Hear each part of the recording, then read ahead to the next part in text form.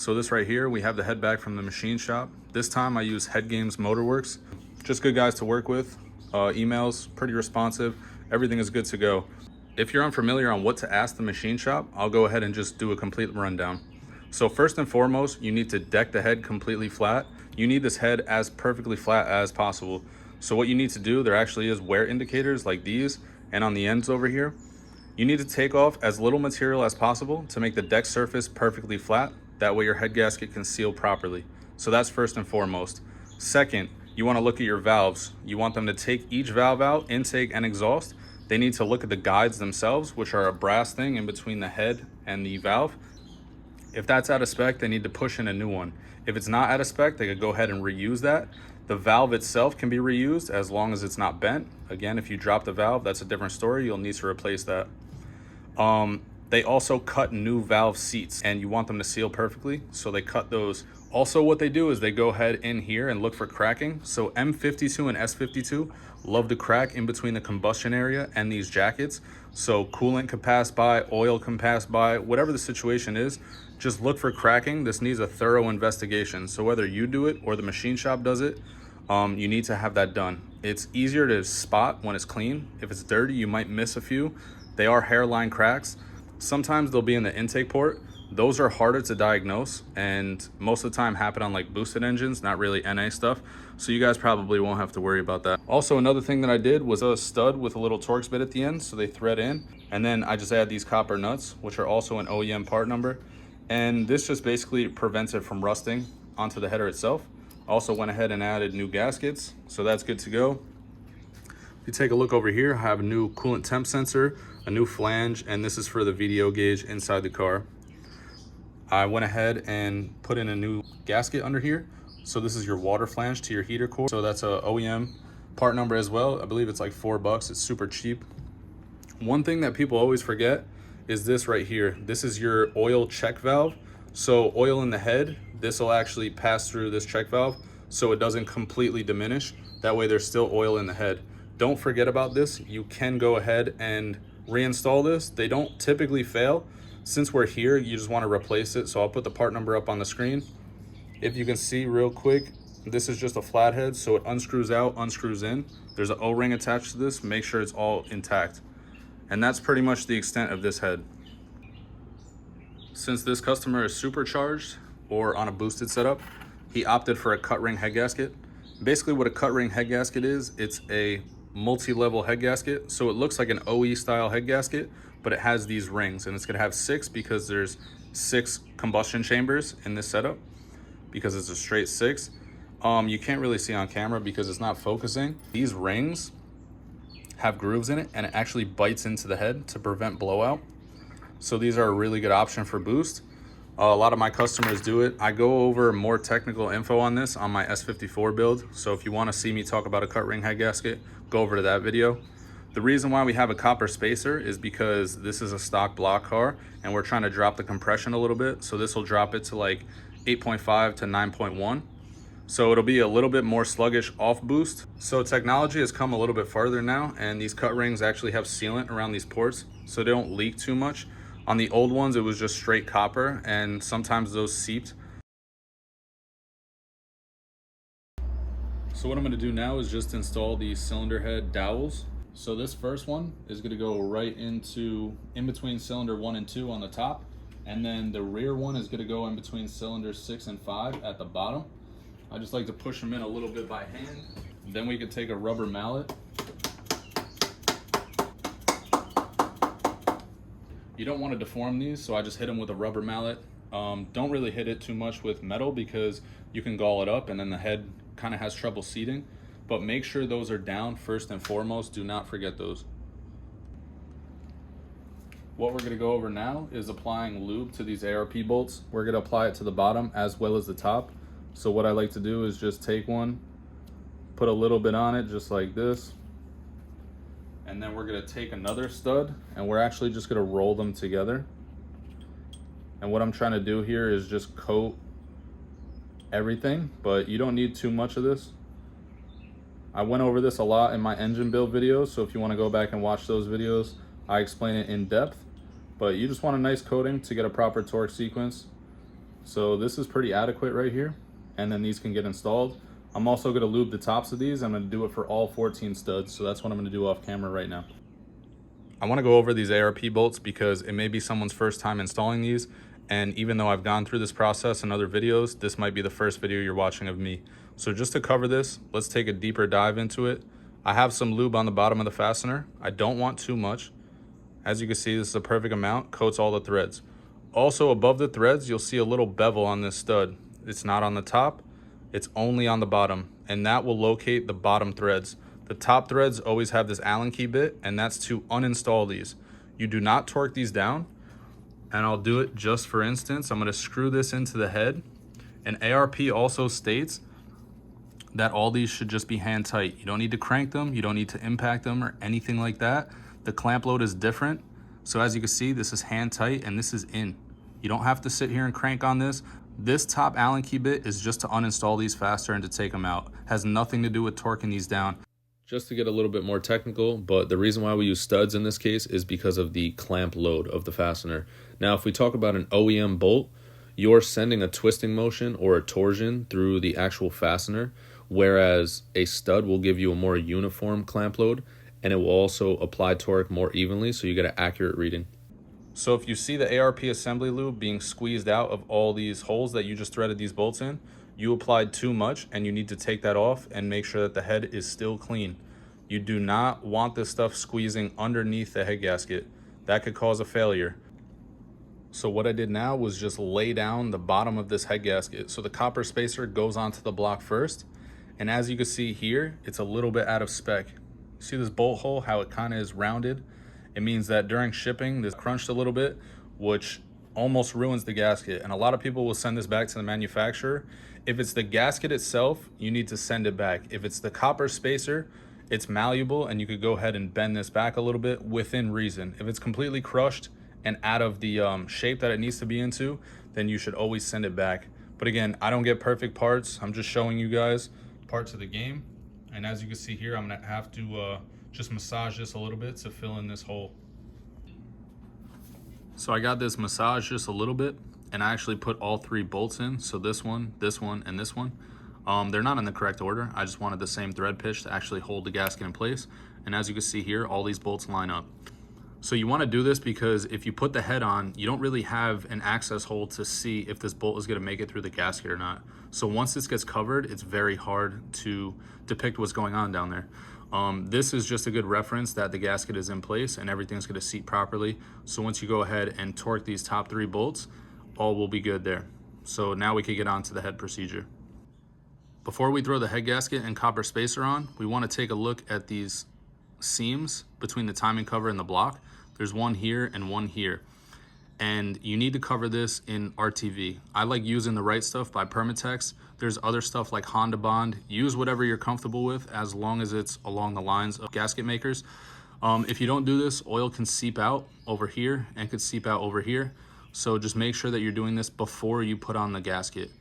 Also, if you are following CES guidelines, who's the originator of this copper spacer thing for these engines, they recommend applying it all throughout here. So all along the timing cover, you're gonna put a thin layer of RTV.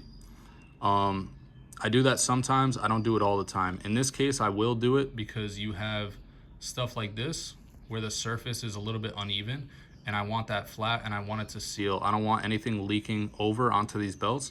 So I'm gonna go ahead and do that now. Now that the copper spacer is down, we're gonna go ahead and put on our actual head gasket. So again, I just wanna make this known. If you're using a stock head gasket, it is one piece and you don't have to worry about doing any of this. You still have to put the RTV on. Like I said, that's an OEM procedure. But this couple steps as far as this head gasket, you do not have to follow. So I'm just making sure this head gasket sits over these two dowels and it's pressed all the way down. So with the copper spacer down, the head gasket on top, this is gonna lower our compression. And as you can see around each combustion chamber, we still have a bit of copper. And what takes up that slack is the stainless rings. And I'm gonna show you guys those right now. So these stainless rings have grooves. If you can see right there, these grooves bite into the cylinder head. So these can only be installed one way, and that's with the grooves facing towards the top of the cylinder head. If you install them incorrectly, there's nothing to bite on the bottom side, which in turn will leak. So you do not want to install this improperly. Make sure that the grooves are facing towards the cylinder head. Now I know this isn't a common practice, but I'm going to use a little bit of super glue. And when I mean a little bit, I just mean a little bit. All I'm trying to do is make sure that the seat of the ring stays where it needs to be. If the ring comes in contact with the piston, you will have issues, and guys have ran into that. So I feel as though just adding a little dab of super glue onto each one. So if you do a spot here, the middles kind of hold most of the time, but you don't want them to overlap. You also don't want the ring to move when you're seating the head. So this is important. I like to add a little bit of this, as well as some other guys do too. It's just kind of a tip that nobody really talks about.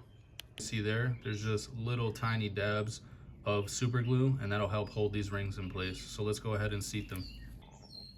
We want to make sure this is as clean as possible. There's no debris on it. We're going to go ahead and throw these into their respective cylinders. All the stainless rings are in, with the groove side facing towards the cylinder head, the smooth part facing towards the copper or the block, and all these are in place now. So when we install the head, especially if you're doing this by yourself, you want to be super careful and set it down gently. If you don't, there's a possibility that these rings can move and fuck up everything that you just did. So please take your time with this, and also listen. If you hear the rings move, you should probably take the cylinder head back off, because once you clamp the cylinder head, it's going to bite into it, and then you're gonna have to redeck the head. So do it once, do it correctly. So what I did was actually tape up the timing chain. That way, since I'm doing it with one person, I can just move this out of the way the same time I'm sliding the cylinder head down. That's just a little rule of thumb that I like to do. Also, make sure that no wires or anything come in contact with the head and the gasket, because it will pinch clearly. So make sure everything back here is out of the way, all the harness is out of the way, nothing is coming in interference with the cylinder head, and we're gonna set it right on top here.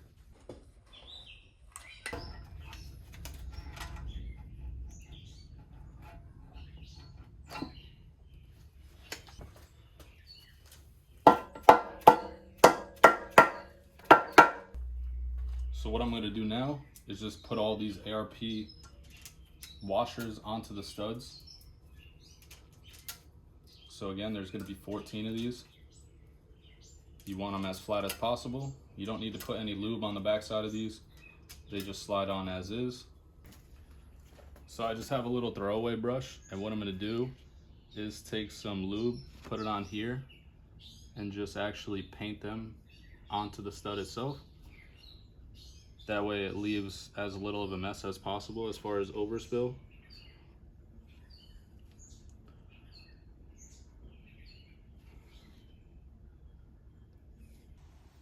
I went ahead and just threw a little bit of assembly lube on the actual bottom of this fastener, because the inside is going to have lube from the stud, but it's going to have friction on this surface. So I like to just lube the bottom of them, and now I'm going to go ahead and thread these on. So now's the important part with the copper spacer, is actually the torque sequence on these. So if you're using a stock head gasket, you can torque these. As you can see here, they recommend 25, 50, 75. Nobody that I know runs these at 75. ARP changed these, they used to be 80. So my recommendation is at least 85 foot-pounds as your final torque, and divide that by 3. So right now I'm gonna go 35, 65, 85, and that's gonna be my final torque.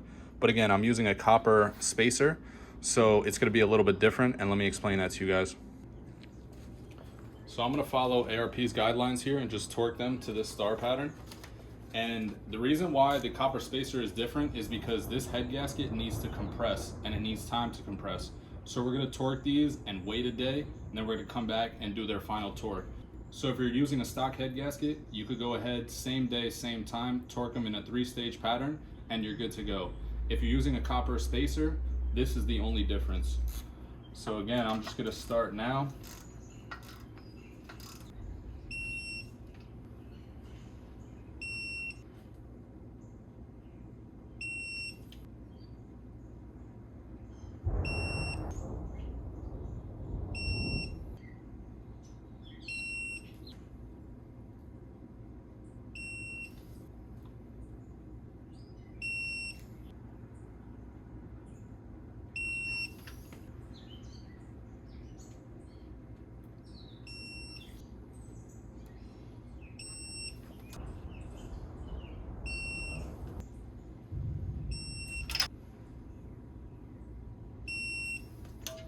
So that was my first pass at 35. I'm gonna go ahead and just recheck all of them at 35.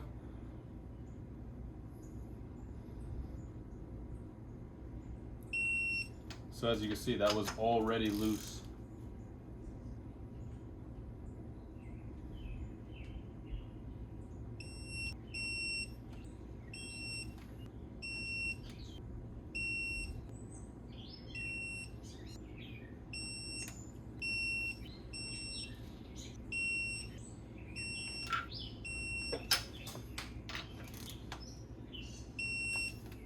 So that was my second pass at 35. And if you can see my torque wrench right there, 35.7, so within the same area. You want these as close as possible.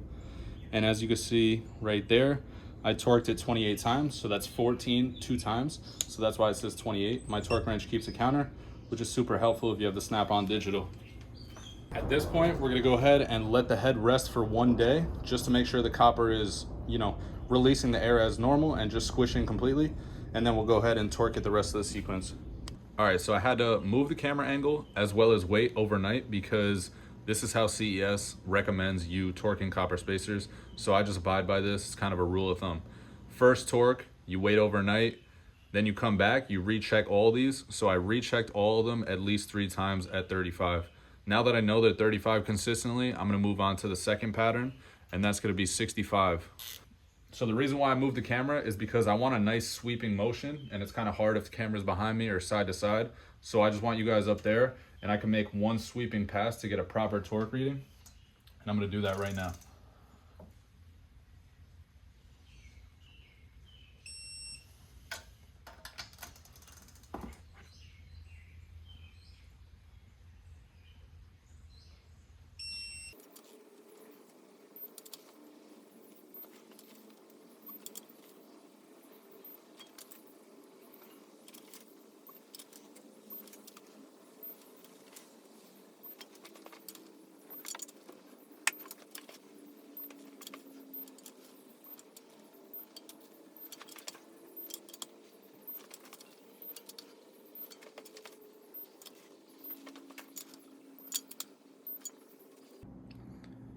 All right, today's a new day. Got the boo laid up in a suitcase. Go uptown to Harlem. Tell them that I sent you. I'm just kidding, guys. Anyway, it's a new day. I got to retorque these. So I did another pass on 65 just to make sure there was no movement. That's good to go. So now I'm going to go ahead and break them all loose one at a time though. So I'm going to start with number 1, either or. I'm going to break it loose, then retorque it to 65. This is again what the procedure calls for. So that's completely loose. I'm gonna go ahead and retorque it to 65.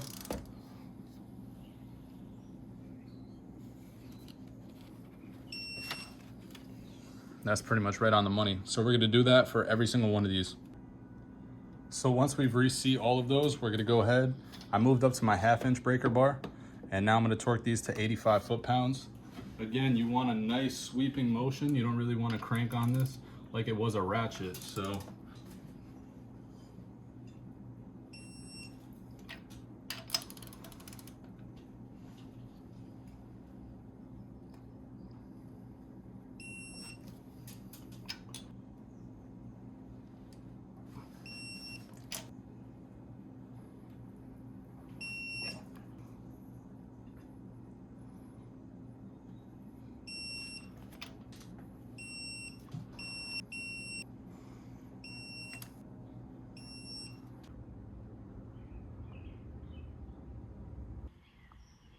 I want to mention these 2 bolts right here.